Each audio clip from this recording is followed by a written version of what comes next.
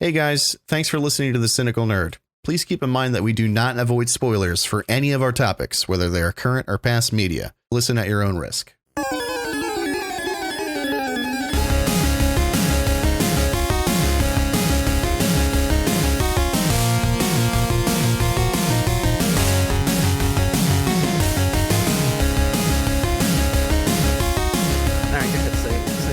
Welcome to the Cynical Nerd. Welcome to the Cynical Nerd. Nailed it. That was butchered. Cynical Nerd. Let's say it's episode 97. It's episode 97. Woo! All right. All right, say goodnight to Uncle Derek. Good night. Good night, buddy. Whoa. Say, look, I'm Harry Potter. I got a scar. Very cool scar. We drawed it. Yeah. Oh, no, I gave him a scar. You gave him a real one. Yeah. Yeah. Has to be authentic. All right. Say goodnight. Good night. Good night. All right, now go to bed. Yes. Love you. Love you. Good night. That's a great comeback after no episodes for like 3 weeks. I think I think we figured it out. We had to just kind of jazz it up a little bit. That's exactly what we needed. Yeah, just have him come in and ruin things. Inject some authenticity into the show. Yeah, we're a bunch of big fat phonies. Okay, episode 90s. Hi, how you doing, buddy? What are you drinking? What you got? I have a Pepsi Zero. It's one of the tiny baby cans. They are not weird. They are not sponsoring us. Just so we're clear. Just so that's we're our new rule. 100% clear. Did you trade for that from like a Hobbit? Why'd you get the tiny can?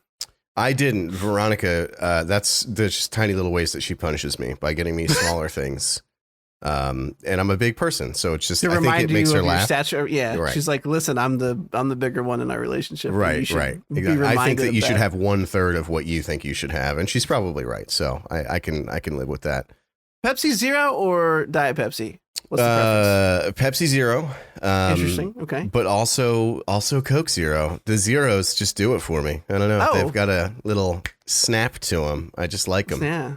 Nice. I think like Diet Coke. I don't drink. We talked about this before, so I won't retread. But I don't really drink soda. I think when I have though gone on like a small little binge of like I'll get one every couple days. That's a binge to me. Yeah. I'll get one every other day or something for like a week, and then I stop again. It's usually Diet Coke. There's something about the sweetener they use or something. It just gets me. Yeah. I really enjoy like a solid just a Diet Coke. No, it's pretty good. And then when you don't like constantly intake sugar, I used to drink regular Coke forever. Ronaldo. There she is. When you're not drinking like Gatorade and all these sugary drinks, like when you go back to them, it tastes like you're drinking pure syrup. You got that rich person water. Another sponsor. I get into these weird rhythms. I usually drink out of water, like our own water bottles, that we refill from a pitcher or a fountain or something. So we're not wasting plastic water bottles, because Sam and I are very on board with use less shit that won't get recycled, even though that says it will. And but like the last 2 weekends on like a Sunday night, I'll go to Wawa for dinner or something, and I'm just like, you know what? I'll get one of these and I'll refill this for the week, and then I don't feel bad because I've only used like one a week. So this one I got Sunday, and I've just been refilling her. Fiji's pretty choice water. Now, I know rating waters is not the direction that we want to go to on this podcast. But I would say it probably wouldn't be the least interesting thing we've ever done. It's true. Fiji's in my top 5 though, for sure. It's definitely up there. But I got to feel like I'm a little like, I've got money to burn. I'll get the Fiji. Why not? Yeah. I can taste the cocaine in this. I like it. It's very tasty. Oh man. Yeah, I mean, I think I asked you how you were doing. You said you were doing good. I've had this like 2.5 week long allergy cold thing that was like a thing going around in my office. I'm not like patient 0 for COVID 20. It'd be 20 because that was one after 19. That's the next one. You're the petri dish, but instead of germs, you're filled with dirty cum. That's right. Yeah, filthy. It just hasn't come out yet. Yeah. Oh, gross. So I just thought of my brain immediately thought of like a neti pot, but for like your dick and balls. I don't know how that works, but it goes in the beehole. Everybody at my office was like getting sick, and for like the same amount of time, like 2 weeks, it just took forever. And I'm like, oh, I must have the best immune system. I just got it last. I just held out the longest. I'm feeling pretty okay. But as you can tell, I still kind of sound like Fran Drescher. So that's just going to be sort of the theme of this episode. But no, I'm feeling a lot better. How you doing? You looking great. Thanks. I'm getting fatter again. I really gotta. I've been like slacking so hard. It's been a real struggle. And you just had a kid, so don't beat yourself up too much. I was just gonna say, I don't want to lean on the newborn thing, but there's been so many days recently where I'm like, I'm coming home. I had to pick up Grayson, so we're getting home at like 6:15. Like Sam's dead tired because Archer's been going through fucking infant gassy bullshit, which everyone ends up going through a little bit, but he's really is the worst. Like he hasn't slept for more than like 20 minutes since like 4 o'clock today. Like he's still awake. Like she's trying to get him to go down. Yeah. And she's already exhausted. So it's just the thing where it's like, we're going to eat good tomorrow. And then it's today. I didn't eat for breakfast and lunch. So we're from home. Went to go get my fingerprints taken. I'll tell you about how we're turning into Republicans in a minute. And I got back and I'm like, what do you want? You want Popeyes? Like, what are you in the mood for? Like, let's just get it. We'll get it out of the way. And then I'm going to tell you that I'm going to do better tomorrow. And I really, with every intention in my body, mean that. And we'll see how tomorrow goes. Yeah. No, it's funny because like, I grew up in a house that was really like anti fast food. So like of course you're a kid, you always want like McDonald's and whatever. My mom always said no. She's a dietitian, master's degree, the whole nine. So like it was, it surprised me when we had Odin. She was like, gave us these gift cards and she's like, just get fast food like for 3 meals a day. Like, don't worry about cooking. It's one less thing to worry about. You're going to be exhausted. And coming from her, I was like, holy shit.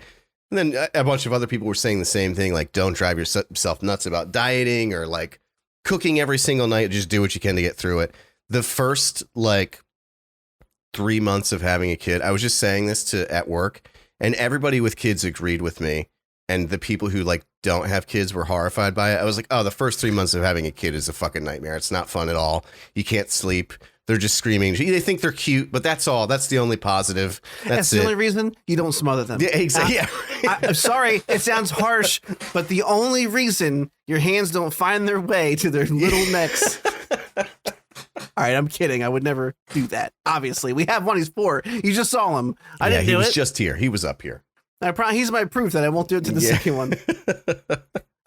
No, it's really tough, and I gotta say, like, it's Archer. I feel like has definitely the burden's been way more on Sam and Sam alone, because and like, I'm not saying I haven't done as much as I can, but because I'm taking Grayson to school in the mornings and stuff, she's been trying to let me have a little bit more sleep, which means, basically I'm doing this thing where every morning I wake up to help her and help Grayson get ready. And I ask, like, I'm like, how did he sleep last night? Like, I'm horrified of the answer I'm about to get.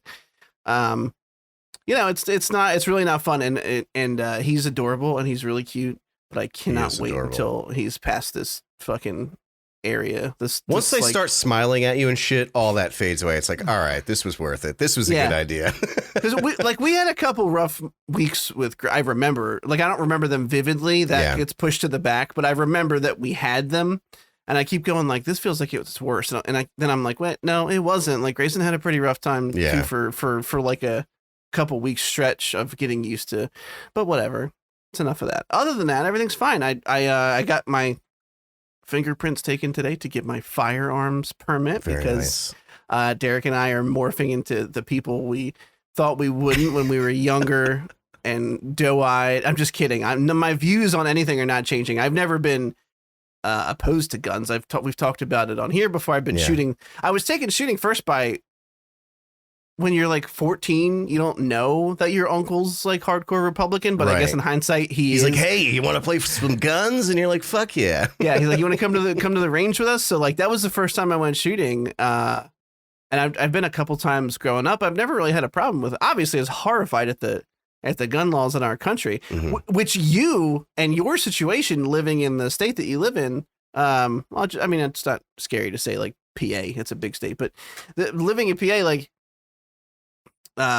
like knowing how easy it is for you, it like further I had reinforces, to do nothing. further reinforces my beliefs that like I'm right. And like gun laws need to be baselined across the country. And like Jersey's kind of on the crazy side of how difficult it is. But PA is on like the holy shit, something needs to be done. And I think a lot of states are like PA. Like Texas is like, you got to spit and shake hands with a motherfucker. And they give Texas and Florida are like, there's nothing to do there. So even by like by New Jersey standards, like what I had to do, it's not literally nothing. They do a background check on you if you have any kind of like, if you've ever had a restraining order, if you've ever had a violent crime, any kind of felony whatsoever, even nonviolent, like those are the kind of things they look for. And if you have any of that shit, it's just an automatic no. Dishonorable discharge from the military. Texas and Florida, it's apparently even less. I don't know how it could be less than that, but it is. But it was like, have you killed anyone in the last 3 to 6 months? No? Welcome aboard. Did they deserve it? Yeah. Did you stand your ground? Yeah. Well, the crazy thing is, like, same way. I mean, I've always had, all over the political spectrum, except for the right, as you were just saying. But I've always felt like, if you want to own a gun to protect yourself, you should be able to. But I don't have the thing you have. I never fired a gun until 2 months ago. And it's intoxicating. I just felt that first red thread of the MAGA hat just form on my head. No, I'm kidding. I'm completely wove kidding. Together like the end credits of a Marvel movie. Right, yeah. You're following some like... It's like, that guy Ted Cruz, he kind of makes a little bit of sense now that I think about it. Now that I smell this gunpowder. No, it's really been a blast, pun intended. Sorry. So I grabbed not going to say it on the internet, but I grabbed a nice little fun gun. Let's just call it the fun gun, TM. And, I've been going to the range and it's a really good time and I can't wait for you to get yours. So you can come to me because I'm not bringing mine into New Jersey and having my whole life ruined forever. And so we can shoot together. Yeah. I told, and again, we just made it fairly clear as to why we want them. But if anybody's still aghast at why someone who's a self-prescribed super duper liberal wants a handgun, I have two boys and a wife now to protect, and I don't like, hi, that's the something happened. I've never been in a fight in my life. If someone broke in this house, I would have no means of protecting them. And that's really all it comes down to is I do the same thing with my job. I do the same thing with fucking social gatherings. My brain goes, what's the worst case scenario? As long as I feel like I have somewhat of an answer for that, then I feel good with the rest of it. Maybe it's a little bit OCD. I don't know. But I've been feeling like I wanted one in the house, just one. Yeah. It's not gonna form a fucking, I was actually talking to Samantha about it today when I was looking at the prices for some of the handguns I was interested in. And I was like, this is like, the one I'm looking at is like $650 or something. Yeah. And I'm like, when we went skeet shooting and some of the guys from my job were there, which, by the way, ruined regular range firing for me because it's like, you're like, let me try and shoot moving objects with a fucking shotgun. It's very fun. And I can't wait for you to be able to do it. Yeah. Me neither. The shotgun I really liked was one of my coworkers. I'll call him Gribblesby. I'll call him Cody Monster because it's an inside joke that only he would hear and he'll never listen. So he brought his father's. He has his own guns, but he brought his father's shotgun, and it was so smooth, and the recoil wasn't too bad, and it felt good. And I was like, "This is my favorite one." And he goes, "How much do you think that gun is?" And I was like, "I don't know." And he said 1,800. And I'm like, holy shit. I have expensive hobbies already. My computer building hobby, it's really a problem. It is one that I am willing to dump more money into. Guns, I am not. I am going to have one gun.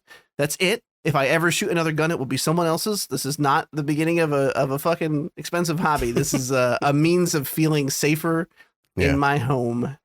And that's it. But I am doing it. And I can't wait until we're done. Fingerprinting was very easy. For some reason, my idiot brain thought I was going to go in and come out with like raccoon fingers. Yeah. Or not raccoon. It's just, they're going to like cuff you on your way in. Don't do anything. No quick movements here, Mr. Reed. Yeah. I was going to call all my fingers racist because they were going to be wearing blackface afterwards. But that's not what happens. Obviously, it's just a digital finger reader, and but it was very. I didn't realize that. That actually makes a lot of sense in the current year. It's like a little. It's like an. I was thinking you did have to do like the ink and everything. No, it was like a miniature like open bed scanner almost. Yeah, I feel kind of dumb right now. When I got in there, I'm like, "Where's the ink that I got to dip my whole hand in?" It doesn't work. Yeah, they're like press your finger here. You're like, but I don't have the ink on yet. Yeah. Oh, don't worry. I pre-inked. I'm ready. It's coming with like blackface. I'm ready to go. Coming and snapping. No, it's just it's like this big. It's got like a little clear bed, like a light under, like a scanner, and then you do like 4 fingers at a time, and then the person, it was a woman for me, takes each finger and like does like hold it here and then slowly just to get the full fingerprint. I was in and out in 10 minutes. It was actually very smooth considering it was a government process. Right. Oh, okay. Maybe the gun is turning me into a Republican. No, I expected too many people in a backed up office like the DMV. Yeah. But this was that you could make appointments in like in increments of 10, so I figured it would be a little quick, and I was out of there in 3 minutes. It was very nice. Jeez. And now I just wait to hear from the state to tell me that I can buy one, and when I do, I have 90 days to buy one, and that's it. I'm ready. Ready for it. Mine was just, in PA you can just get one with the background check, but the place that I bought from, they require a safety course, which I thought was, at the time I was annoyed by it, but like ultimately the more I thought about it, I'm like, this is the smartest thing to do. And I am really glad I took it. It was a super informative class, and they have like other more advanced stuff as you can go on. It's just, it's pretty cool. And when you, not to hinge on this for too long, but when you get into like the, I just think it's important to stay educated on all the different stuff. So like I watch the YouTube channels from time to time, but the issue is of course, everybody who's like on a gun YouTube channel skews right, and they bleed that shit into their commentary, and you have to sort of endure that a little bit for those safety, like important safety things, and like just context, so you have to kind of like just pinch your nose through it. But a lot of it is very informative despite that. And the next gun I'm going to show you today is a 357 Magnum. Fuck Biden, right? But this is how you cock it. Literally, yeah, that's literally what it is. This one guy was like all professional, like, anyway, this is a little, you can't have this here in communist New Jersey. But anyway, like just going, Yeah. All right. What do you mean harping on this too long? I think a 15-minute cold open about guns and don't kill your newborn infants is perfect. Episode 97. We're back. Sorry we've been off it. As Derek said, he's been sick, and then it's my fault. We've just, life has gotten, and it's always, and we've talked about it before. We both love doing this, but like real life comes first. So significant others. We actually were supposed to record 2 days ago, and I pushed because we were having a bad night with Archer, and it is what it is. So today we're not going to do week in review, mostly because everything in the doc is old at this point. Mm-hmm. Well, and I've been adding stuff, but like maybe we'll touch on it if it feels relevant. They did announce the cast to DC's Creature Commandos, and because I love DC, I'm going to talk about that because I like the cast, and also HBO Max rebranded, and since they were a fake sponsor, I figured we should fake talk about it. I wanted to bitch about the Harry Potter thing too. That's just old at this point. We'll talk about it later. We are going to do the trailers first though, because I want to make sure we can blow through those. Talk about them. Just because I see it's not in here, did you watch Dune 2? The Dune 2 trailer? Electric Boogaloo. I did. Well, I'll put it in. That was very smooth. I'll put it in right at the end. Right there. Dune Blue. Dune Blue. I actually put on. I was like, honey, Dune 2. And I forgot that I didn't watch the first one with her, so she's like, I don't care about this. And I was like, well, I do. I do. So you're gonna watch it. Yeah. Turn thine eyes away. I got to pull my pants down. Okay, so. Trailers, and again, some of these are from a week and a half, 2 weeks ago.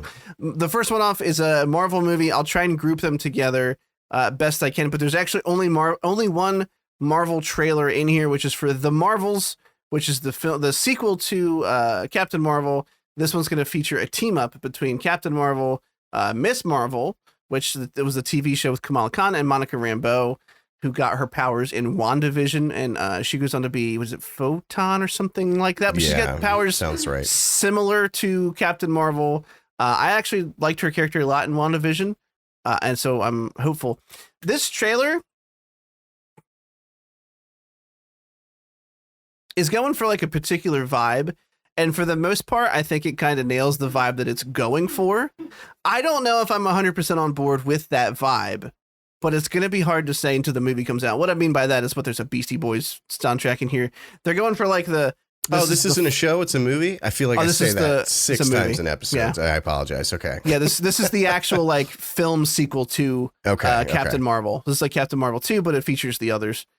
And this is going to be a movie. And there's this weird thing where it looks like their powers are going to get entangled. And when one of them uses it, they're going to swap places with another. Here's what I will say. I try to stay optimistic about everything. I think this has potential, the idea. Obviously, it's hard to tell if they're going to use it properly from the trailer. So it's kind of one of those wait and see things for me. November 10th.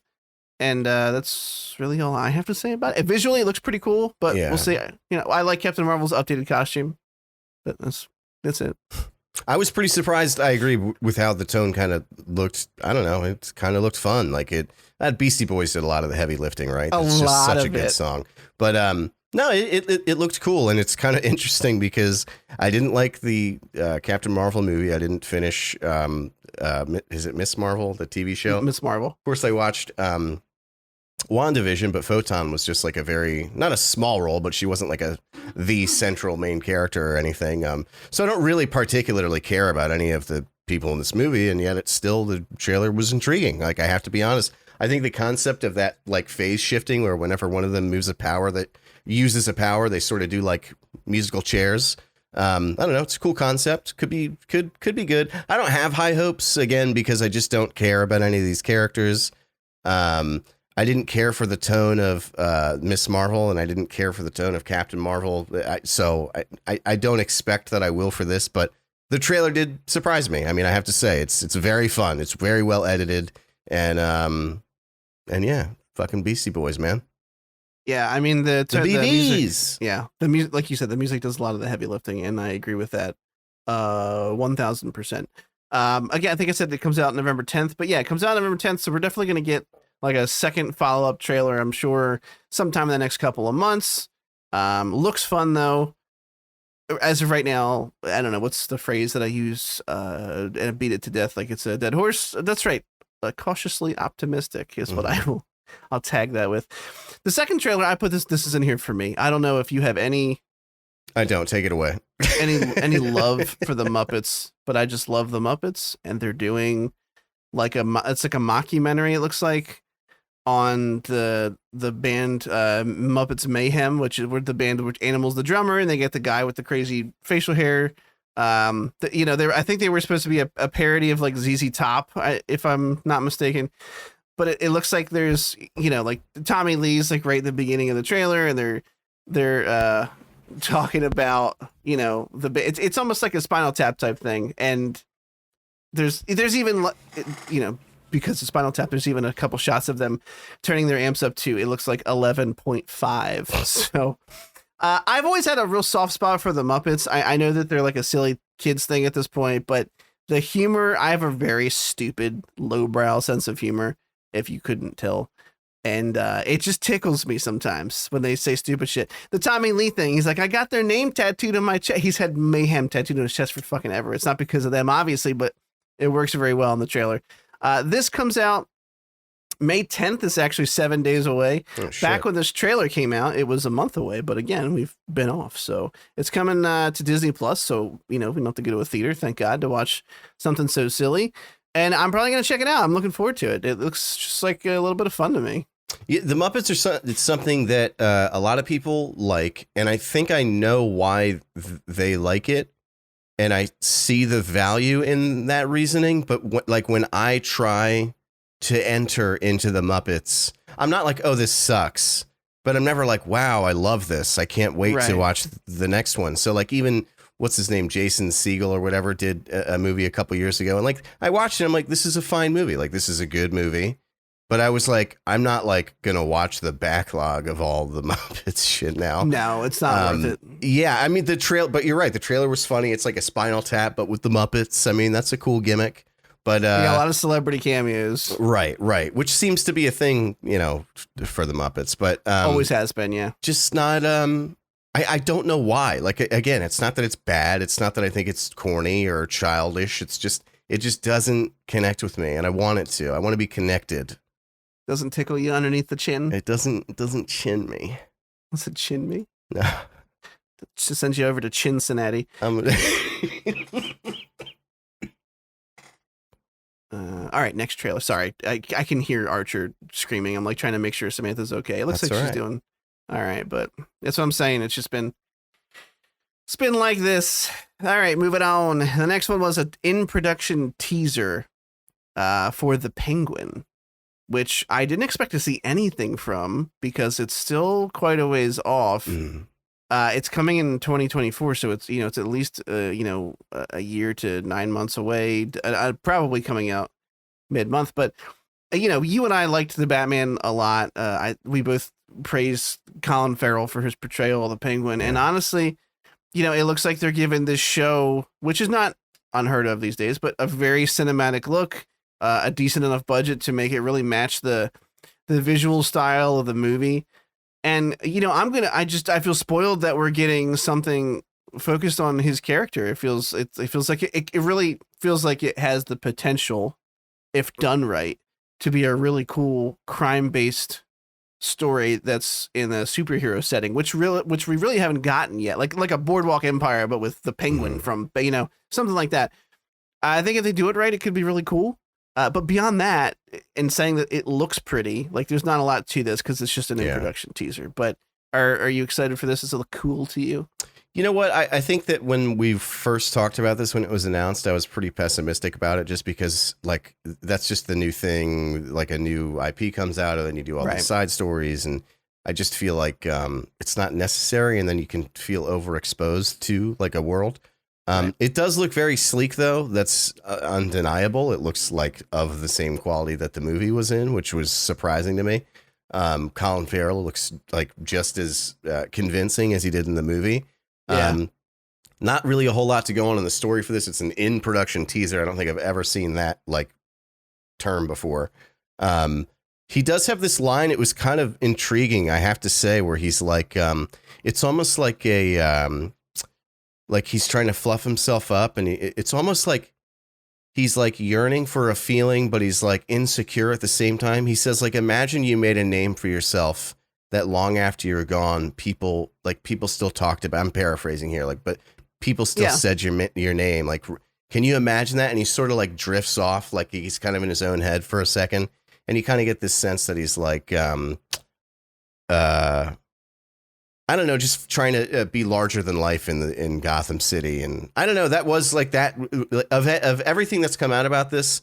That was the thing that I kind of went like, maybe they will explore an interesting part of this character and it won't just be like The Sopranos, but in Gotham City. Yeah. So yeah, no, I thought it looked cool. Yeah. Speaking of HBO Max and shows coming to it, we have something for True Detective, another season of True Detective called Night Country. We're going to talk about in a second. Before we do, this is the announcement we've been waiting with bated breath for. I'm kidding. No one gives a shit. HBO Max is merging with Discovery Plus content because they got purchased, and they are turning. It's just going to be called Max. The thing that's important to know is that we were going back and forth with this. Whatever content they're merging in with Discovery Plus, they have confirmed they're not charging extra. It'll be the same price for Max that it is for HBO Max currently, just with a bunch of extra content on there. For the same existing price, which I don't know if there's anything on Discovery Plus that I want, but just the fact that all of it's coming into the same platform and they're not trying to nickel and dime me for more shit that sure. I don't know I'll even care about is a positive for me. So good for them. I don't know when the official rebrand is happening. It was just announced this is happening. Oh, I lied. There it is. May 23rd. Boom. Boom. Boom. 20 days. But yeah, I mean, it's the article that I'm reading, this is actually from Nerdist, posits like, why would they drop the HBO from the title as they have pretty good brand recognition? Yeah. But I mean, who gives a shit? Yeah. It is a weird decision though. Like, it's not like HBO Max is a mouthful. I don't know. Whatever. Oh, well. Yeah. Next. Okay. This is the trailer I was just talking about for True Detective Night Country. I don't remember what season of True Detective this is, because I didn't watch True Detective past season 1. Yeah. Because I heard 2 is poo-poo la-la. This must be 4, right? Because there was a 3 with Mahershala Ali, which I heard was better. I just never went back to watch it. But I love, obviously, fucking Matthew McConaughey and Woody Harrelson. They're like a force of nature together in the first season. The first season is really good TV.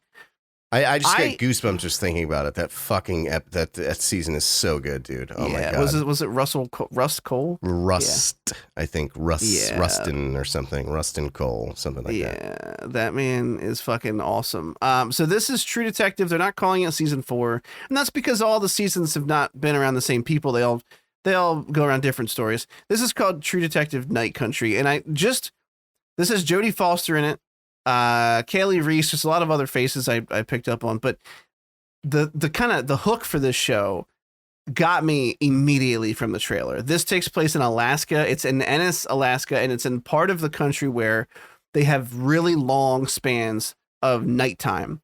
Like they'll have like a final sun. There's a horror movie called 30 Days of Night about vampires up in that town, which I thought was a cool premise. The movie was okay. It wasn't amazing. It wasn't garbage, but it was just okay. But that concept is fascinating to me because it's alien to me to know that the same planet I live on, there are people who like the sun sets and doesn't come up for like a month. Yeah. And this is like a if it keeps in line with the other True Detective seasons, that it's got this like hint of supernatural, but it's really about like, these detectives trying to work out this murder case or whatever it will be. And I really liked this trailer, and I got to be honest, it made me excited for it. So cool. That's all. Yeah, no, me too. And I've heard that like seasons 2 and 3 are just not like I've heard them say like, oh, they're okay, but like 1 was so good that I would just weigh it against that, and so I just have never felt a need. And I love Vince Vaughn. I think he's in season 2. I love Mahershala Ali, but I just never felt a need to like go and watch them. The rebranding of like not just calling it season 4 and calling it Night Count, I've been totally like consumerized because I immediately went, they're doing a subtitle now, which is ironic because I usually hate when they do that with movies. But anyway, Jodie Foster's incredible. I agree. I like that. I thought of 30 Days of Night as well. It's the first thing I thought of. I thought that was a cool sort of, and it just made me wonder, like in real life, I wonder if crime does increase during that month of the year. I imagine it does. I think it does. I think there's also studies about like alcoholism and drug use spike pretty heavily in those towns during these periods. So we should party there during that time is what you're saying. Yeah. Going to Total Bender for the first like day, and then you realize how sad it is when you try to and then just come home. Yeah. Excuse me. I'm sorry. I'm trying to duck away for those, but I'm not going to get everyone. I think that what made season 1 so good was Matthew McConaughey and Woody Harrelson just had this totally dysfunctional relationship as far as their personalities went, but their professional relationship was like immensely effective. And I think that's why it was so cool, is because you had these two guys that really essentially hated each other, had nothing in common. One's a fucking nihilistic atheist. The other one's like a God-fearing Republican football, like, high school fucking whatever. But when they get together at work, they get shit done. I feel like they were hinting in this trailer that they're going for that again, because there's a lot of headbutting going on between Jodie Foster and I really should know the other actress's name, but I don't. And they kind of do that. They kind of say it out loud, that same thing, like, well, once this is done, we can walk our separate ways, or like however they say it. So I'm like, all right, if they're going to revisit that dynamic and they can do it right, and it's in a setting that seems really cool, I think this has a high potential to be pretty interesting. I think so too. So yeah, no, I agree. I'm looking forward to it. Yeah, big same. And it just says later this year. It doesn't have like an official date or release or anything, but okay. I hate that. I hate like loose release date when they're like, you fucking figure it out, asshole. Don't tell me until you have a firm date. Even if you have to move it later, give me something exactly. Firm. Yeah. Give me the firm. And then they'll go, oh, they pushed it again. But you know. I'm gonna jump over the 2 video game trailers, and we'll do all the TV movie stuff first, and then go back to them. Sure. So, there's this is surprising to me. I thought it was happening, but I completely forgot that this show even existed. We reviewed it here on the podcast. There's a trailer came out for Sweet Tooth season 2, and we had kind of like mixed feelings about that show, if I remember correctly. Mm-hmm. Overall. So overall, there's a little bit of heavy cheese in some parts, but there's a real good like heart or core to it. Yeah. I feel like that was some of the stuff was weird. Some of it was like little kid groundhogs and odd animatronics, but some of it really got me, and it was hard to kind of quantify exactly what it was. I ended up ultimately liking the season and wanting more, even if it was a little uneven for me. But yeah, this was random, and it's already out. Season 2 dropped on April 27th on Netflix. Yeah, surprise. So if we want, we can add, we can give it the 2 episode rule or something and see if it's tickling our collective pickle. And Let's do it. No, season 1 surprised the shit out of me. I thought I was gonna not like it. I think the first episode I didn't like it. And ye old classic 2 episode rule hooked me, because I think by 2, like, there was like some moment of sincerity that was like, that's kind of interesting. And then those moments continued to happen throughout the show, and it's what kept me hooked. There's definitely like you said, like a childish cheese to it. But I feel like once you can accept that, you're just watching like a Harry Potter tier. You know what I mean? Like if you just go like, not that it's really, I guess it is kind of a kid's show. If you can just accept that you're going to have to deal with a little bit of cheese, there are some really intense moments of sincerity in this totally pants on head stupid plot that just works for some reason. They're not 1-to-1 in this analogy, but it's the same kind of caveat I feel like I've asked you to go into Rebels with. Yeah. Which is that it's geared towards kids. Yeah. There's going to be some silly shit, but there's also some real good character work and some interesting I'm on plot season points. 4, by the way. I was going to say, what season are you on? How far in are you, Daddy? It has kind of taken the back burner a little bit, but I will get it done before Ahsoka drops for sure. Ahsoka, that's okay. I just need you to finish the show so we can talk about stuff that happens. Yeah. Stuff and things that happens. Stuff and things. Okay, cool. So Sweet Tooth is out. I wrote it in for next week. We'll try to do the 2 episode rule. The Witcher season 3 has a teaser. Not a whole lot to talk about. It's good to see Cavill back. We love him. He's our baby boy. Always has a spot at the glory hole. It's a little bittersweet because we know it's his last season as the character. I liked season 2. I liked season 2 better than season 1. I don't know if it's the same for you or for everyone else out there. I'm hoping season 3 continues to be enjoyable to watch. There were some episodes of season 2 that were like bangers for me. I think it was the first one where they go to the house and the guy is disfigured like a boar. That was a great episode. I loved that episode. And the whole like, the tragedy of the person he was keeping there, no spoilers, but well, who gives a shit? It was like a succubus creature, right? Yeah. Like that whole thing was classic Witcher storytelling. It was moral conundrums, and no one's really a good guy or a bad guy. Yeah. It's the type of writing that I really attracts me to that franchise as a whole. But this is just a teaser. There's not a whole lot to go off of. It's just enough to say like, yep, I know it's coming. I want it to come on my face, neck, and chest. It's coming on June 29th, so it's just a couple of months away. Middle of summer. Ready for it. I feel like The Witcher, I don't dislike The Witcher show. I just feel like it's confused. Like, it's the opposite of the prequel trilogy of Star Wars, where like the prequel trilogy of Star Wars, if you take a single scene, the single scenes are stupid. Like they're just jarbled nonsense. But when you take the entire picture, it makes perfect sense. It's actually incredibly well written. If you look at what happens as a whole, everybody does everything that makes sense. Everybody acts within the like boundaries of their own character, and the thing it's very, very well written. It's just in a single scene, the writing is so bad. It's the opposite with The Witcher. The single, if you take any one scene, that scene is probably very good, but it's the way it's all strung together. It's like, wait, what? Like with season 1 and 2, I got to the end of them and I went, okay, what the fuck happened? Like, I really couldn't even remember, like, what. Especially one, because one had those time jumps that were not super clear to people. Yeah. It was a big complaint.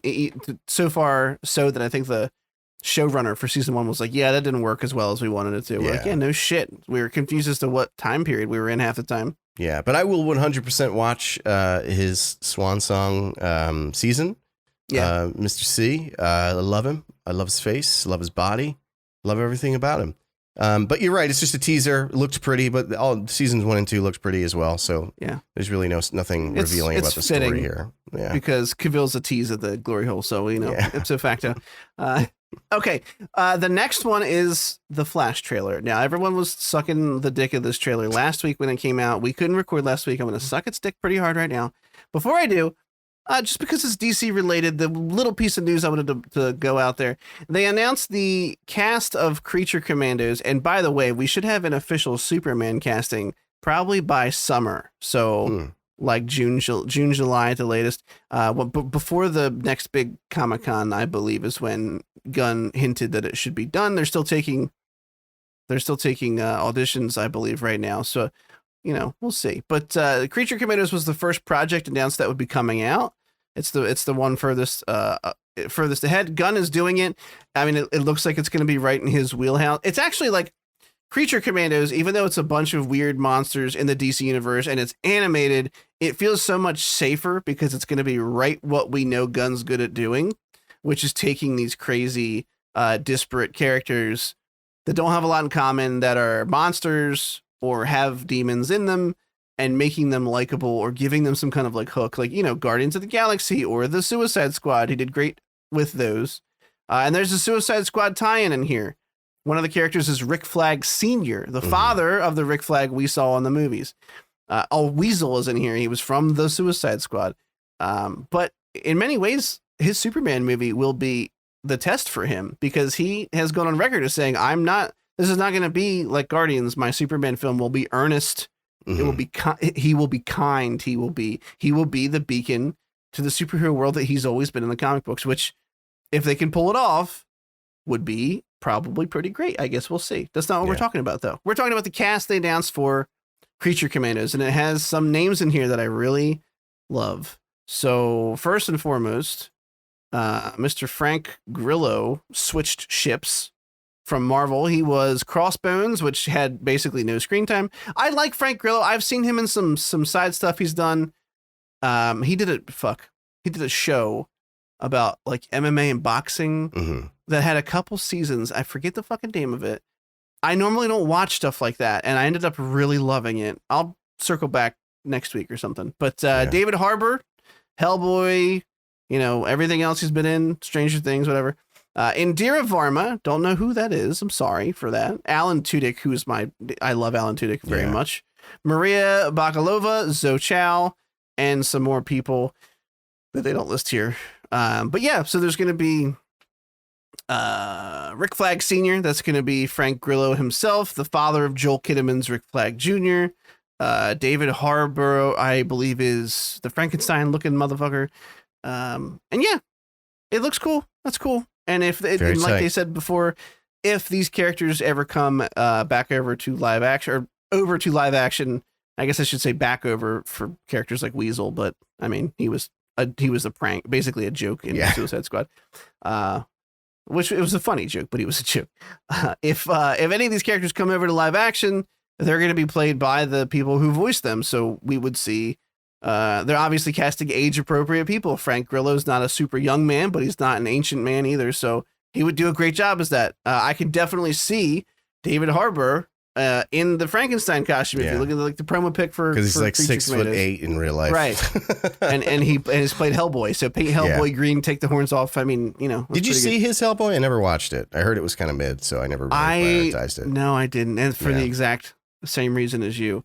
They did reveal that Alan Tudyk is playing. I just had it and I lost it. By the way, Dr. Harbour's character is not Frankenstein, it's Eric Frankenstein, which is for some reason really fucking great. I don't know why I like that. Dr. Phosphorus, he's a radioactive Batman villain. He sounds like a real Z-lister. It's the guy that's like a burning skeleton in a lab coat, and I can hear Alan Tudyk's voice coming out of him too. So that's all really cool. Yeah. But that's it. I just wanted to announce that before we talk about the Flash trailer. Can we talk about the Flash trailer, Derek?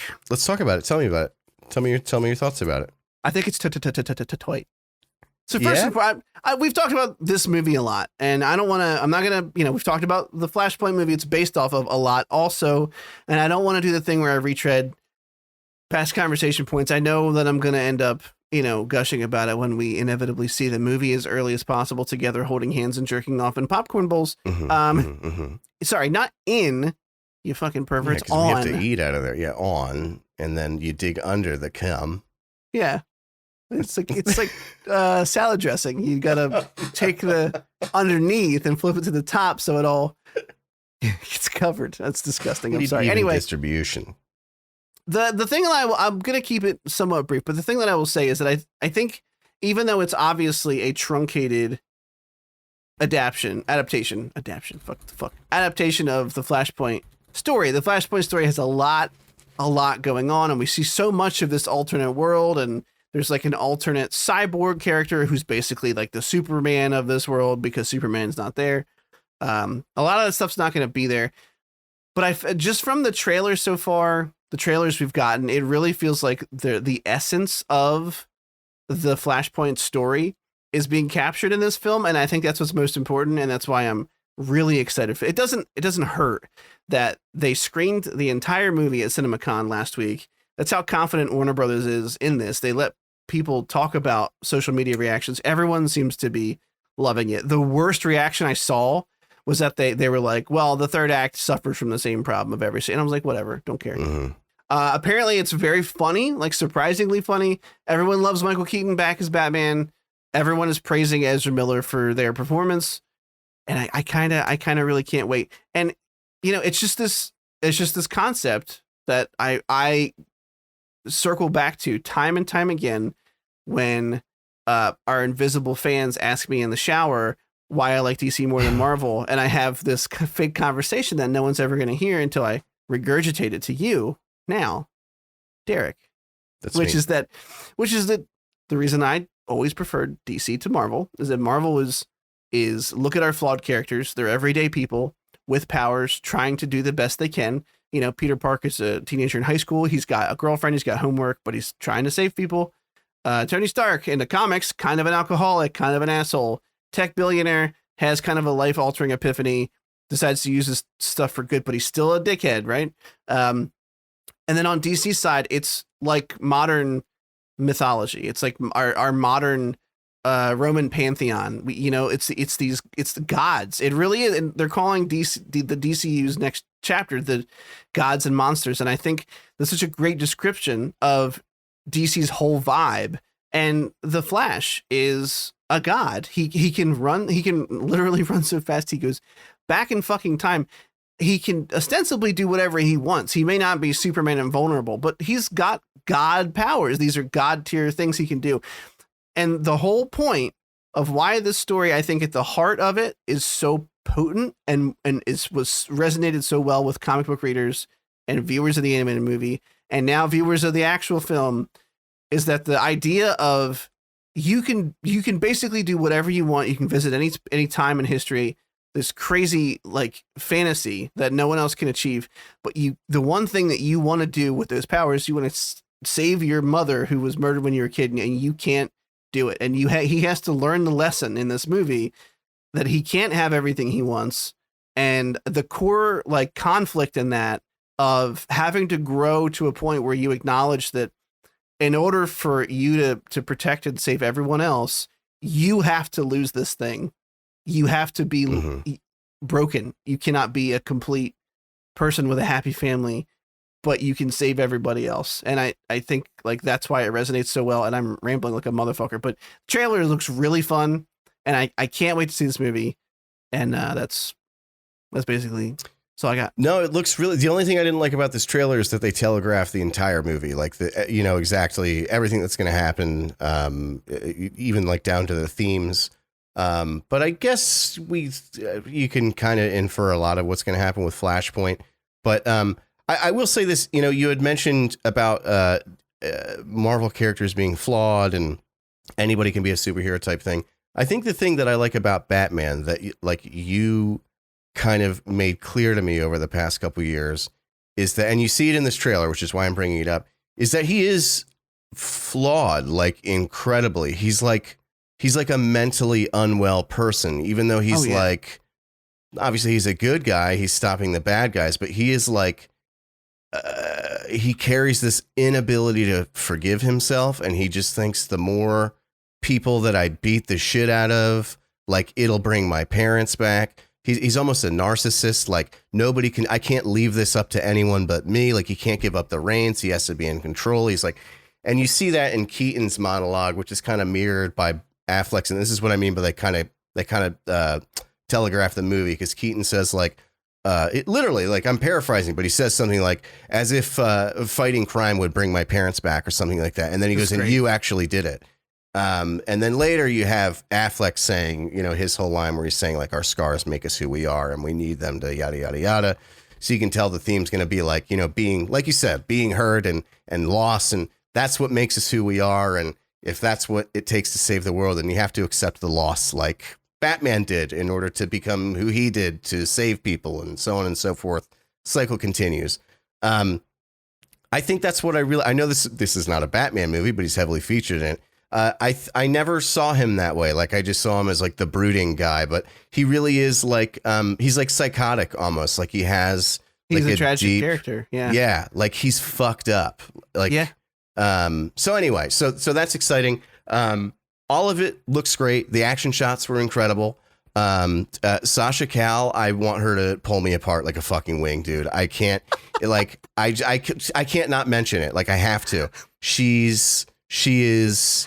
I'm going to figure out a way for you to meet her in person. Oh my God, dude. So that I can melt. document you trying not to tell her that you want her to stomp on your neck. Yeah, dude. I want her to punch me in the throat. She looks good. She's tiny, got dark features. She's mean. I'm into that. I mean, look, Veronica, she's right behind me. See, it's what I'm into. Yeah, it's crazy. Like the same character, Superman, Henry Cavill. I was like, oh, am I sort of gay? You know? And now it's like this one. I'm like, oh, I'm not gay. Same exact character, just in an alternate timeline. It's she is really all right. I don't want to come off as a fucking pervert or something. She in the trailer looks like her performance is going to be really well done, and she's just also going to be really hot while she's acting really well. So it's like a win-win for me. Yeah, fuck yeah. Bring it on. I can't fucking wait. Glad you brought up the Batman thing, because I was so into talking about like the overarching theme of the Flashpoint story that the whole purpose of the trailer is to talk about the parts of the trailer that happened in said trailer. And yeah, there's obviously I won't retread what you just went over, but the mirror imaging almost, but a little different of Keaton. They've gone through the same trauma, but they've healed differently. Mm-hmm. The Keaton's Batman didn't have a Justice League team. He didn't have those other heroes to maybe shift his perspective a little bit, I would say, towards Affleck's arguably more hopeful outlook on it, where they've both lost their. Keaton is in a rundown mansion. It looks like Affleck's mansion before the Justice League film, and then they start to rebuild it at the end of the Justice League film. But he's in a rundown mansion. In the trailer, he looks like he has long hair. He's not taking care of himself. He's retired. He's got bruised up, blood, messed up hands. Even at he's still fucking either beating somebody up or the fucking walls of the mansion. And I liked Keaton's dialogue better than Affleck's, but only because it sold to me and reminded me of why Batman's always been my favorite superhero, which is it's the God amongst men thing. His trauma drove him to be, and I know it's fake, it's not realistic, but he drove him to be basically the peak of human conditioning. Now I know in real life, you basically have to hit the genetic lottery to be in that kind of shape, but Bruce Wayne is considered to be an Olympic level athlete in almost every respect. He's also he went to school to study, being a detective and psychology and criminology. And it's complete bullshit that this person could exist except in a comic book. However, he's a guy that was so scarred by his trauma that that's what he did, and he thought of nothing else. And the tragedy of Batman, that he because of this tragedy, he is someone who can go toe to toe with gods, But the tragedy of Batman, that he's so fucked up from that loss that, you know, in some ways Alfred still sees him as this little boy who lost his parents in an alleyway. I got through it.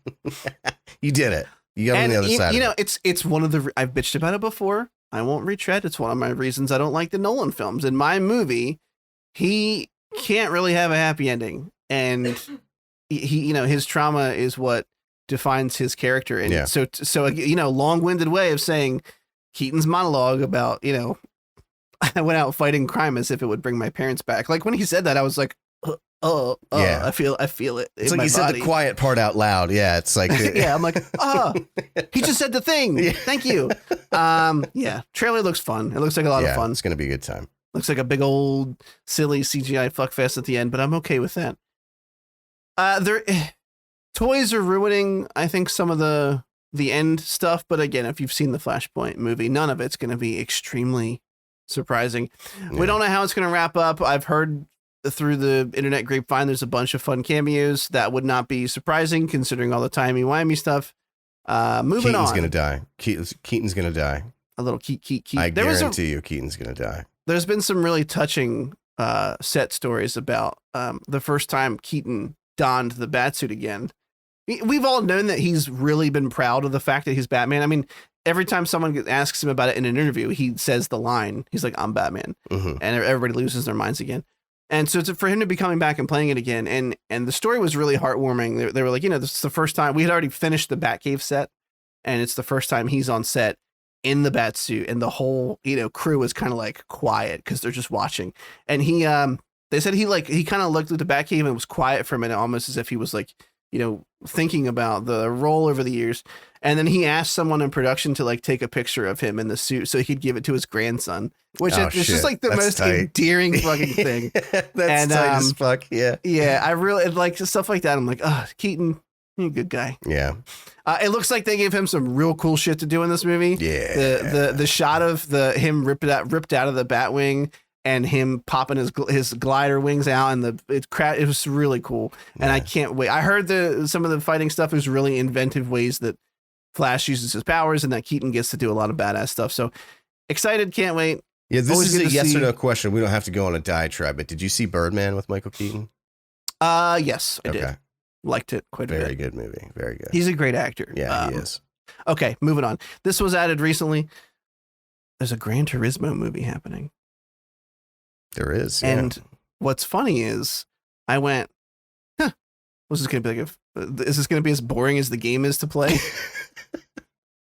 And I hit play on the trailer, and I came away thinking this has some kind of potential to it.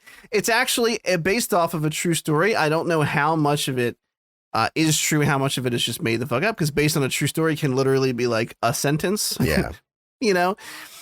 But I didn't even know the story was true. I looked it up. It is true. There was a couple Gran Turismo racers, some idiot executive somewhere. Well, some maybe brilliant, depending on how this turns out. I didn't read the whole story. I didn't want to know how it ended because it would therefore ruin the potential movie experience. But there was a couple racers in Gran Turismo, which has always prided itself on being an incredibly accurate driving simulator, which is why I was never super into it. My brother-in-law couldn't get enough of it. Yeah. But we're talking like you would sign up for like a race, and it would be like an hour of you going like, no, I don't want to do that. Wait, what do you mean? Just like getting set up, like driving to the race? No, like doing the race, like it would be like an hour. God, no, like a real like do 300 laps, like crazy. Jesus Christ! And he loved it. He was so into it, and I could never understand it. I played it for like 5 minutes. It was like, okay, the cars don't go as fast as I want. And he's like, well, it's dude. I bet you though, if you went to like an actual NASCAR event, that would be a fucking blast. You know what I can't stand? I think this makes me a child, but I don't like the smell of burning rubber. And really? So like I like the smell of burning rubber. I've been taken to Atco when I was younger, like drag racing. Right. And I remember being like, it just fucking stinks. I don't like this. Like, you know, these cars are too loud. All right. Well, I'll return the NASCAR tickets that I got for us. Don't worry about it. Let's move on. No big deal. Oh yeah, no big deal. The trailer. That was me gauging your reaction. Yeah. You know what would be cool? Yeah, I got these non-refundable for your birthday present, but no big deal. This was about people who apparently did well in the game. It's a very Starfighter-esque plot. Remember Starfighter?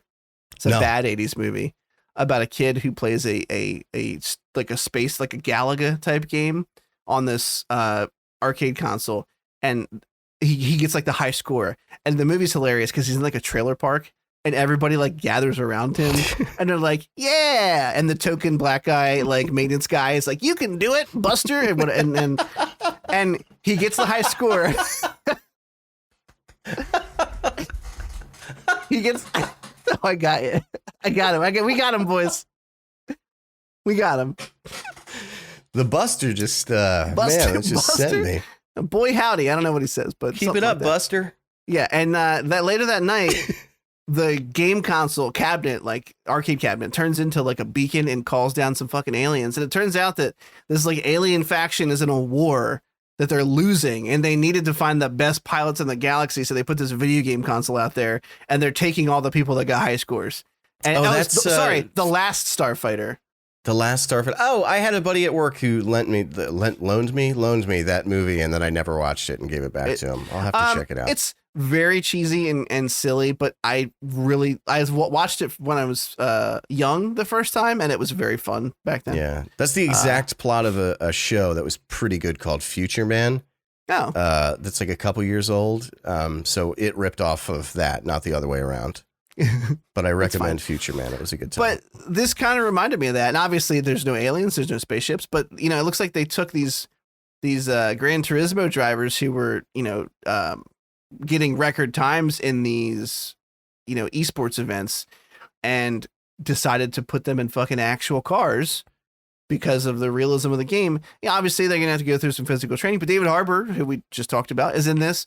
And I thought that it was, okay, this is the best compliment I can give this trailer, is that it was a much better trailer than I thought it would be when I hit play. Mm-hmm. And that's about all that I got. Sometimes a racing movie really does it for me. So hopefully this is another one. It didn't do it for me. Like I couldn't, no.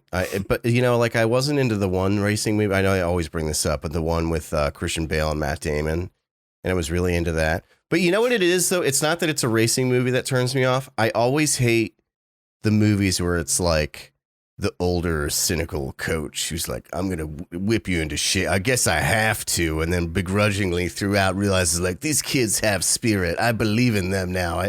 I just hate that. It's just so overdone. And it feels like one of those, like David Harbour's like I don't want to do this, but I suppose I have to. And then by the end, he like loves the kid. And I don't know. I'm just tired of that. That just reeked of it. You know what did make me roll my eyes really hard? As soon as I understood the premise that was happening, I knew that at some point in this trailer, somebody would spout the line, "This isn't like a video game. You make a mistake and you're fucking dead." And they didn't say that exact thing, but they said that exact thing. That made me roll my eyes because I was like, I can't wait for that line to come up somewhere. And then it happens. And they show like a car just tumbling on fire. Right. I'm like, yeah, we get it. We know the difference between real life and video. If you don't, let's call it a psychotic break. Yeah. Okay. Moving on.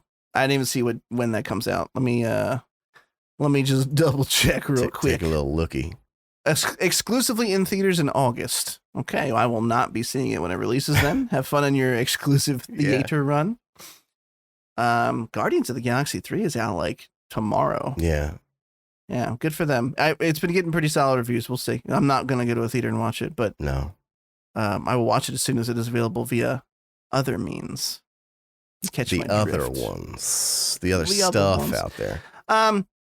I don't want to talk about Immortals of Avium if you don't mind, because all I want to say about it is this: the tone of it looks stupid, but you know how I always say on here that mage combat is never done well in movies or video games. It looks super good in this. So if you're like into that and you're listening, Immortals of Avium, go watch it. There's nothing else to talk about it. I agree. I think the combat looks cool. The rest of it looks dumb. The trailer, the storyline, I was like, what? I don't care about this. Let me do first person magic and make it good. Yeah. And then we'll be friends. Okay. Legend of Zelda Tears of the Kingdom. I left this in here, but like, excuse me, so much stuff has happened, including the game has leaked. Yeah. A full two weeks Playable early right now. I can't wait to how should I say this? Legally buy a copy and then totally play above board on my Steam Deck after I get the legal copy. Yeah. So that I have permission from Nintendo. Right.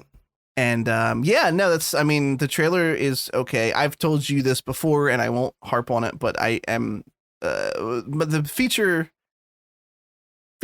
of Breath of the Wild that I found most annoying was the weapon durability thing. Yeah. And so they sort of like address this in like a side way where you can fuse things together to make more powerful weapons that last longer. But the ultimate problem of durability is still there. And I don't like that. It feels limiting for the sake of forcing you into using different weapons or like thinking on your feet. And I think you can accomplish that in other ways. Personally, I'm not a game dev, but I don't know. The durability thing is annoying to me. But other than that, it looks really fun. I had fun with Breath of the Wild. Yeah. It wasn't like, holy shit, this is amazing, but it was a fun, solid Zelda title, and I will most definitely play this soon. TM. I really liked Breath of the Wild. I understand why people don't. I don't argue with them because all of their points are really good, and I'm bad at arguing. But I and I don't want to lose. Yeah, so I don't like to lose, so I just go, yeah, you're right. No, I liked it. I have fond memories of it too, though, because it was like that was in the beginning of me and Veronica's relationship, and she had the little guide where all the Korok seeds were, and she's like, go here, and it was like a bonding experience. So that was a part of it. Aww. But and then you fucked. And then we fucked. Then you made Odin. Then we made a baby. Now we don't have time for video games anymore. That's how it goes. I liked it, and all the Tears of the Kingdom, fucking great title. I know every time we talk about it, I mention that, but it's so good. I need to go back and find like compilations of all the time you've said this. It's so good, though. It's the best one like since A Link to the Past. It's such a good fucking subtitle. If we had sponsors and a budget and like editing help from like a third party, that would immediately be like I don't know what his name is, Connor, to go compile all the times that Derek has said this and put a little clip on TikTok. But that's not going to happen. I'm just saying I had the thought. That's what counts. If we ever do get to that point, his name has to be Connor. It's like in the requirements, editing experience, at least this many years. First name Connor or special middle, notes. And we'll call you by your middle name. Yeah, special notes. Must be Connor. Must be Connor. But no, so like the trailers and like, I feel like they've done more like sneak peeks of this game. I've watched some of them prior to this trailer. I mean, and like I went like, oh, okay, it's Breath of the Wild again. Cool. I don't mind that. I'm not going to pay $70 for it. I'm still not going to pay $70 for it. But this trailer is what I went like. This is I can't deny it. This hyped me up. Like it looked really fucking cool. It looked really fun. It had the classic theme redone in a very, very cool way. Music was pretty good. Yeah. But the leaked version is 30 FPS and thus unplayable. If a free version that were in 60 FPS were ever to be released, I, of course, would not play that because that would be copyright infringement, and I wouldn't want to do anything to upset Nintendo. That would be absurd. I imagine that would be the most... Sue you for every life earning you could make the rest of your existence. Yeah, they ruined a guy's life, and his last name is Bowser. It's pretty fucked up. And Matt Mercer voices Ganon. Didn't see that coming. Matt Mercer's a fucking incredible voice actor. I never would have put him to that character, but from the very small snippet of dialogue we get in this trailer, he does a very good job. Fuck yeah.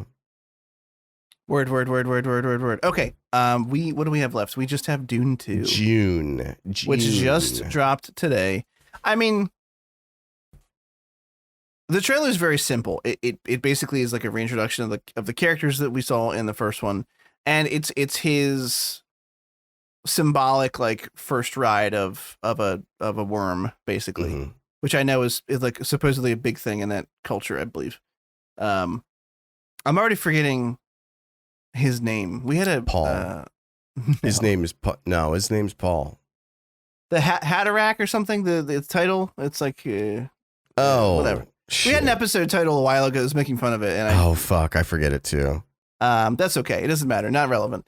Anyway, so their introduction to the characters, we get a couple glimpses of new faces, and then it's really just based around Timothée Chalamet's character, right? You know, going to mount and ride this worm, and really, you know, I don't have much to say about the trailer, honestly, outside of it looks gorgeous, much like the first film. Denis Villeneuve looks like he's, you know, gonna stun us again visually. And I'm looking forward to it. It looks spectacular. I was in love, absolutely in love with the first one, and I want more of that world. And we're gonna get it soon. It was very minimal, which I appreciate. I actually remember when the first Dune was coming out. It was kind of like when the pandemic hit, and the ad campaign for it was very limited. And I don't think that was on purpose. But it ended up, people thought it was going to suck. They thought they were hiding like a fucking goose egg or something. And then it ended up being really awesome. So I think my little, you know, fan theory is that they went like, oh, we did that just because we sort of had to because of limited, like, you know, production.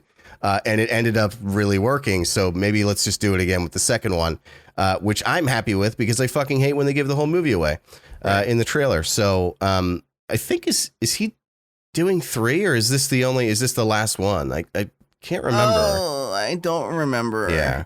To be honest with you, I would hazard a guess that it highly depends on how this one performs. Dude, I just have to say this. Blade Runner 2049. If it's been a while since you watched that movie.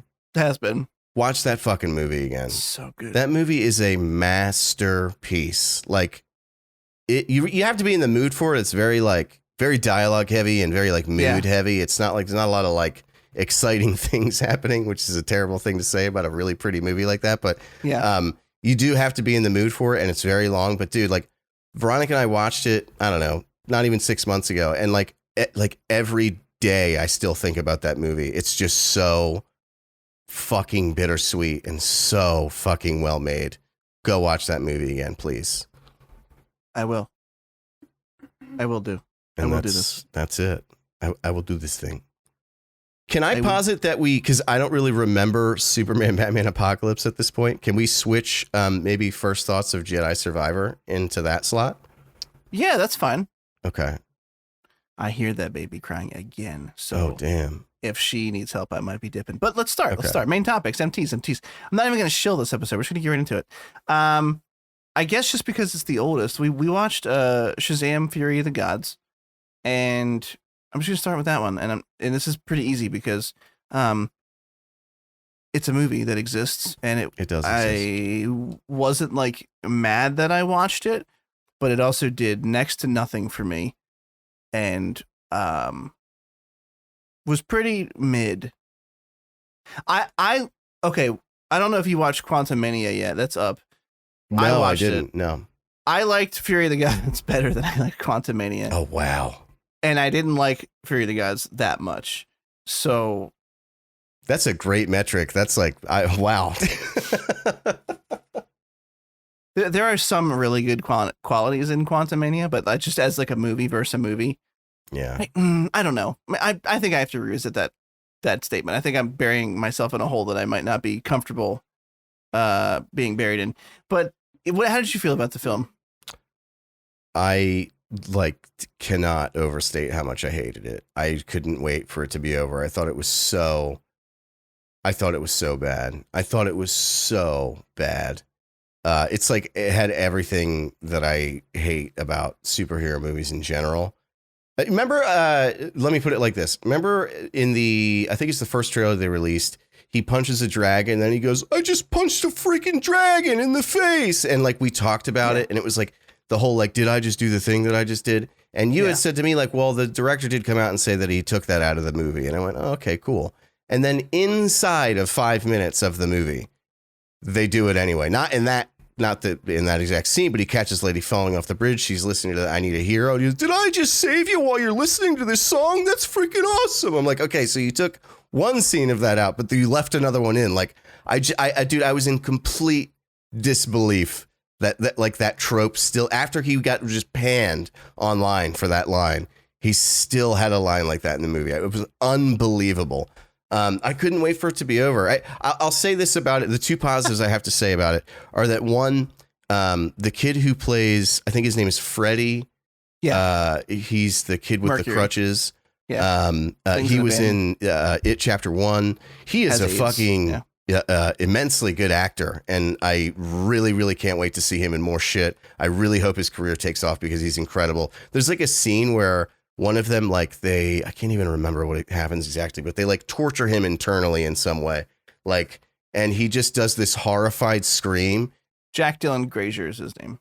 Right. And it's so convincing that it actually like disturbed me. And this is in a goofy, lighthearted superhero movie. Like, in the way he was like screaming and hunching over, like his muscles were seizing up. I really went like, woo. Like, there's a couple times where he went a little ham with the acting, but I think that was the writing of the movie and not really him so much, because everybody went ham in the movie. Yeah. And the other thing is, I think, again, I've made this point about a lot of movies before. The way that this movie looked, like the lighting, the sets, and everything was incredible.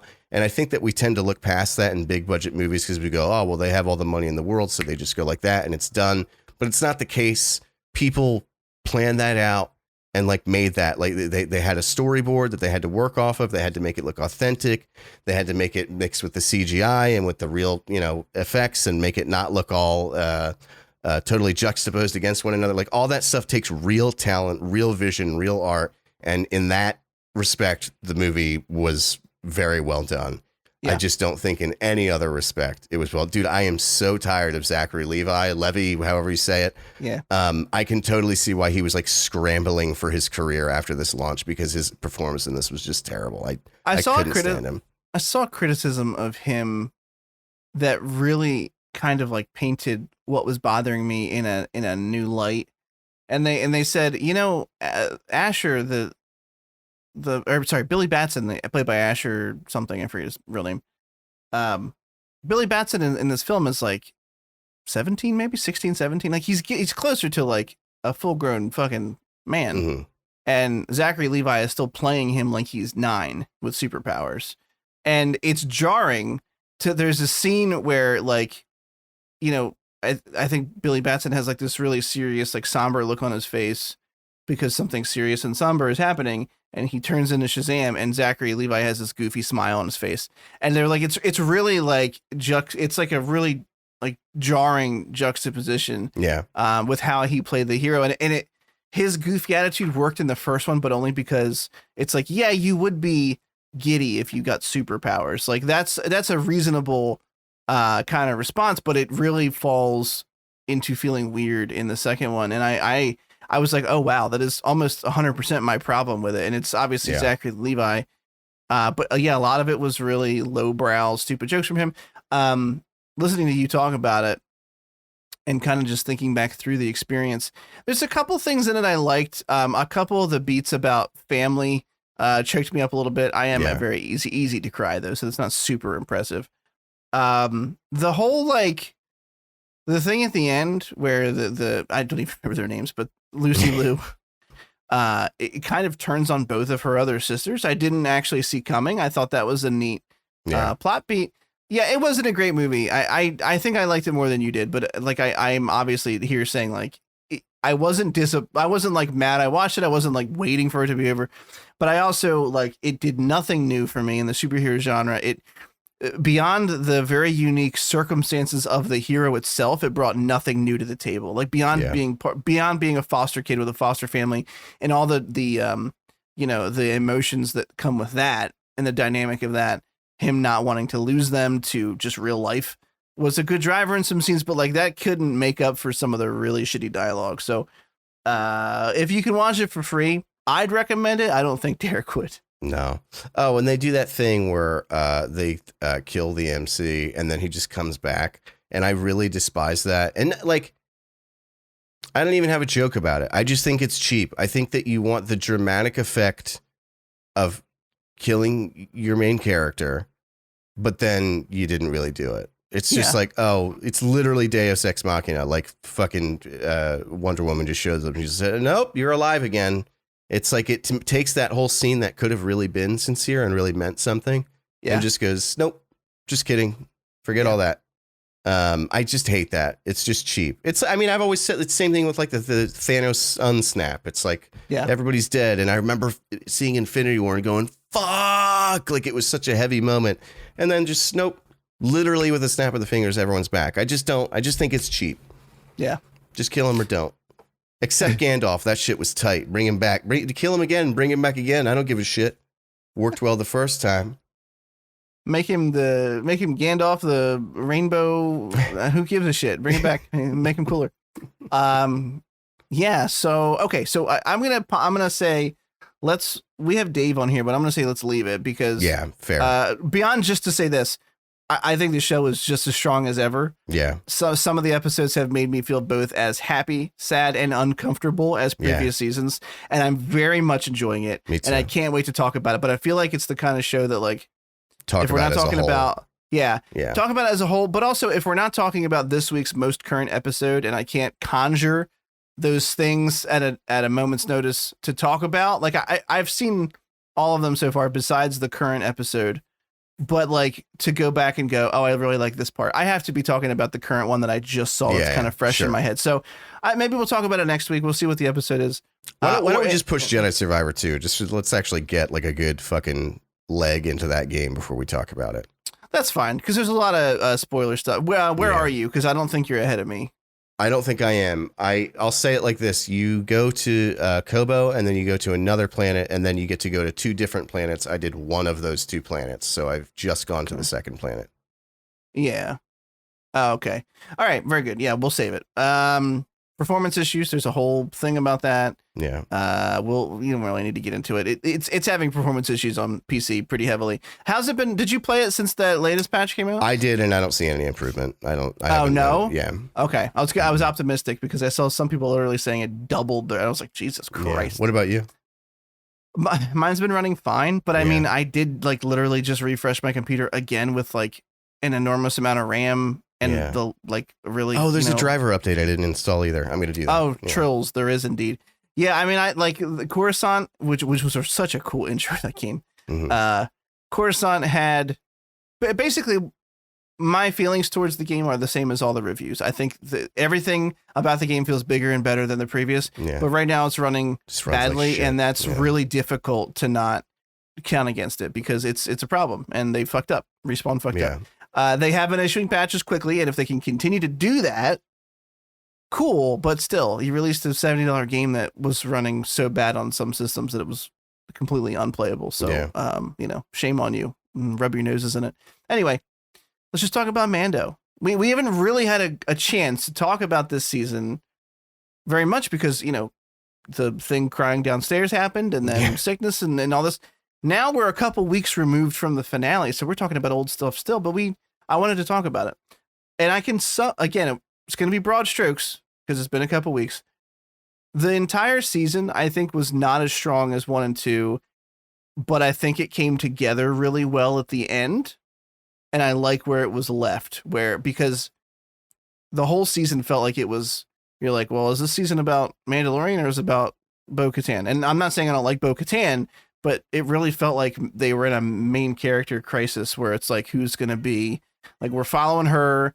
He got the Darksaber. I kind of thought he was going to take it, but now it's going back to her. And what's this? There's some really cool creature shit in this season, especially the episode where they rescue him from the creepy creature. Mm-hmm.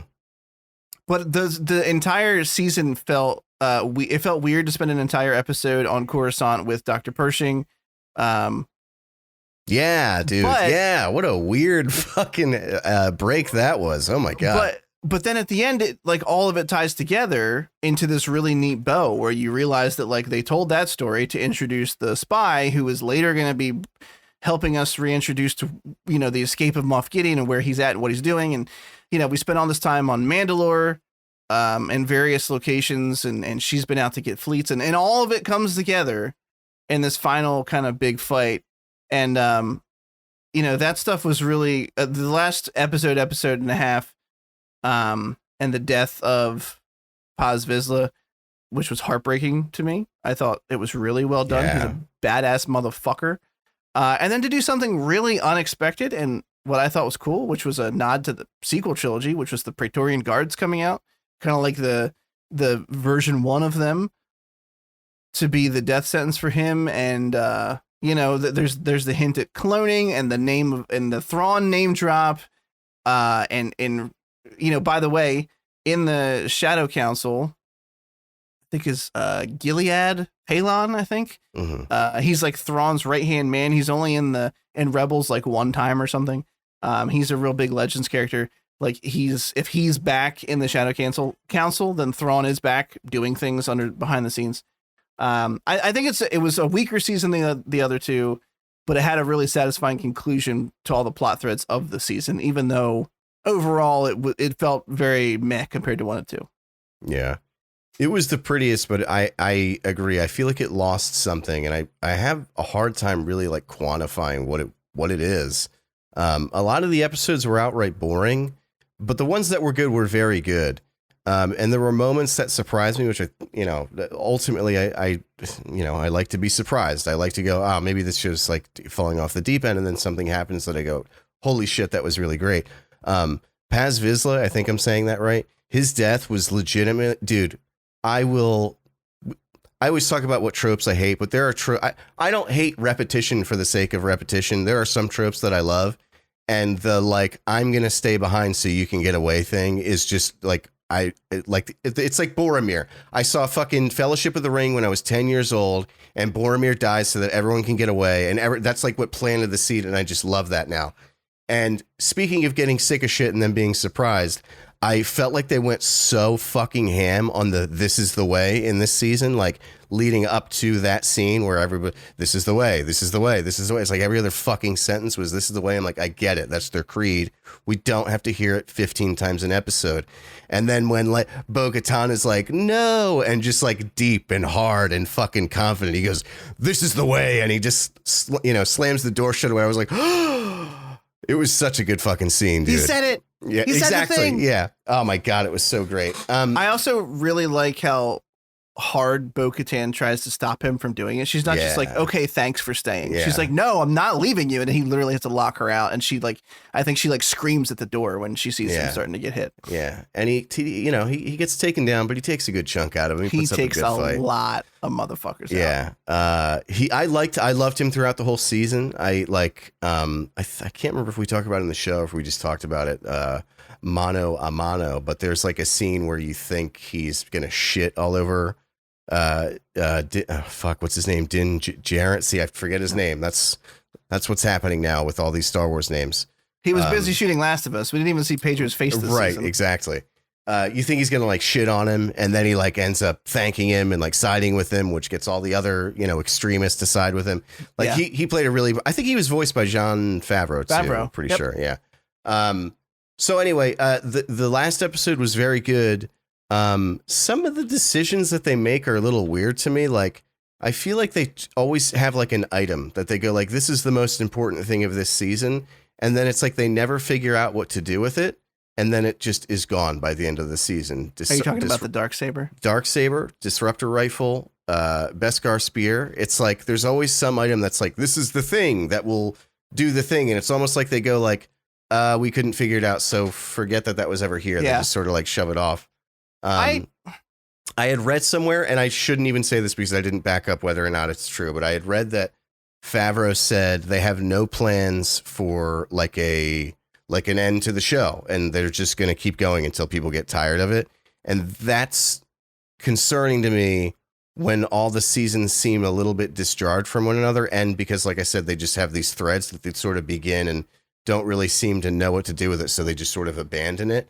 It just makes me think like, are we going to, if I think 2 was probably the best and now 3 was the weakest. And I'm like, are we now on the truly like downward slope? I don't know. I'm not saying that that's incorrect, but I feel like they've talked, we know Filoni has the film coming out, and we know that it's going to include a lot of these projects that he's involved in. And I think it's going to include The Mandalorian, because it's all going to take place. I think it's going to include Mando and Ahsoka and all these people fighting some kind of threat that, again, I don't really want to talk about until you finish Rebels and all that good stuff. And I have a feeling that we'll get like one more season out of Mandalorian before that movie. And then it could be done, maybe, depending on how well the movie's received. But Ahsoka is definitely going to be done, I think, after that. Because I've said that when we talked about the trailer for her show, that it's beautiful how Filoni created her and all this stuff. And we're pretty sure she's dead in Rise of Skywalker because we hear her voice. I just feel like it would be so, such a good, like, full circle thing if her death is in that movie or whatever it's going to be, and she ends up, being some kind of like hidden savior that most people don't even know about in the galaxy. But anyway, yeah, we basically agree on the episode. I thought it was a little weird to crack the Darksaber if they made such a fucking huff about it, but I think the point they were going for was we don't need this. We need to work together as Mandalorians. That's what we need. This is what's dividing everybody. Yeah. And I kind of get that, but it does, it's a little disjarring or dinjarring Oh, no. to have so much focus on it. Episode title somehow, if I can make it not sound stupid. I think so for sure. But yeah, I mean, the biggest mistake that I made while watching Mando season 3 was that Veronica, it was her first watch of Andor season 1, so of course I rewatched it with her. So like having that as a like comparison while we were watching Mando is like, one is clearly the inferior show. Dude, I had recently popped the fucking speech that his adopted mother gives in the end. Marva, recently popped up in my YouTube algorithm, and I went, sure, I'll watch this, and was crying. Yeah. Just from the I was like, oh my God, it's such a good speech. Fantastic show. Yeah. Very good. Very good. Stellan Skarsgård. He's right in the glory hole. He's the senior glory hole member.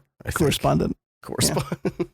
All right, we're here live from the glory hole. All right, that's it. We're done. We're gonna wrap it. It's after 10 o'clock, and we're in our 30s. We're gonna watch some Sweet Tooth for next week, depending on the Star Wars episode. Visions too, because that drops. Oh fuck yeah, Visions. Maybe Dave, depending on what it's looking like. Yeah, and we'll see what else maybe crops up, Quantum Mania is out if we have time, but we're doing a pretty midweek episode, so we might not have time. But anyway, that's going to wrap it up. Where can everybody find you? They can find me on Twitch and Twitter. I actually I'm doing this like pre-finals week. I did have a final this week, and then next week I have another final, and then the week after that I have another final. It's kind of a nightmare 3 weeks. Sounds so like I've had a shitload of homework, and with the sickness by TM. band Disturbed, I kind of fell off of streaming, but I still plan to continue doing that semi-regularly. So Twitch and Twitter at Dr. Gloom MD, DRGLOOMMD's nuts in a jar underneath your sink, because I've been I've had them removed. Oh, okay. You can find me at Crispy Mana on Twitch and Twitter. I have not been streaming. Listen, I have a newborn, if you will, still. Newborn. I was thinking about doing some Survivor, and then I was like, no, because it already it runs fine, but I feel like streaming would just fucking tank kill. it. Yeah. But I'm on Twitter. Tweet at me if you want to. Tweet at our handle. I didn't shill at all, but that's okay. You know where to find us. At The Cynical Nerd on all major platforms. And I also realized that it's not out for our viewing pleasure yet, but as soon as we can watch Evil Dead Rise, I really want to watch that, because it apparently is very good. It's very good. Yeah, agree. Love. Okay, I'll see you next time. See you then.